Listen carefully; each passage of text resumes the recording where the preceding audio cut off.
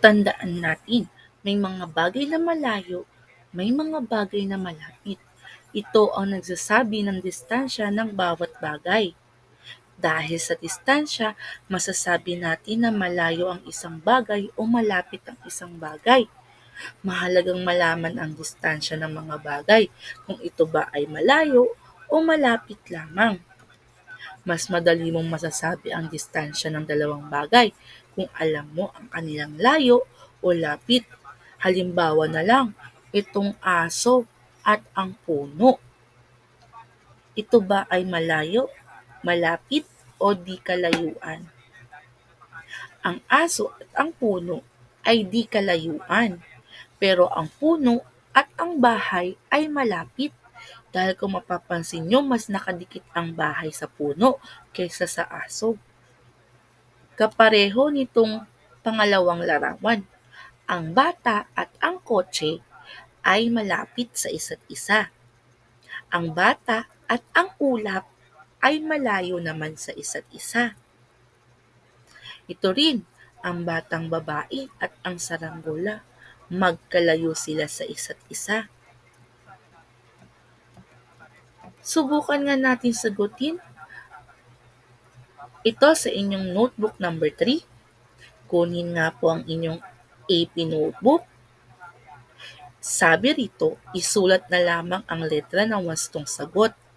Meron tayong 5 katanungan. Tignan nyo na lamang ang larawan sa pagsasagot. Ano ang distansya ng florera o base sa bote? Kung makikita nyo sa larawan, ito ang base at ang bote. Letter A, malayo ba sila sa isa't isa? B, malapit sa isa't isa? O C, di kalayuan? Number 2, ano naman kaya ang distansya ng kahon at lampshade? Ito ang kahon at ito ang lampshade. Ano kaya ang distansya ng dalawa? A, malayo. B, malapit. C, di kalayuan. Isulat nga ang letra sa inyong notebook. Number 3, ano ang distansya ng sopa at ng pintuan?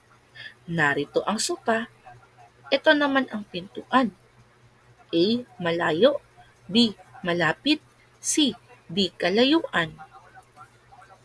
Number 4, gaano ang distansya ng lamisita o maliit na lamesa sa pintuan? A, malayo. B, malapit. C, di kalayuan. At number 5, gaano naman daw ang distansya ng sopa at ng lamisita? Ito ang sopa, ito lamang ang lamisita. A, malayo. B, malapit. C, di kalayuan. Sagutan ito sa inyong notebook number 3 at letra na lamang ang inyong isasagot.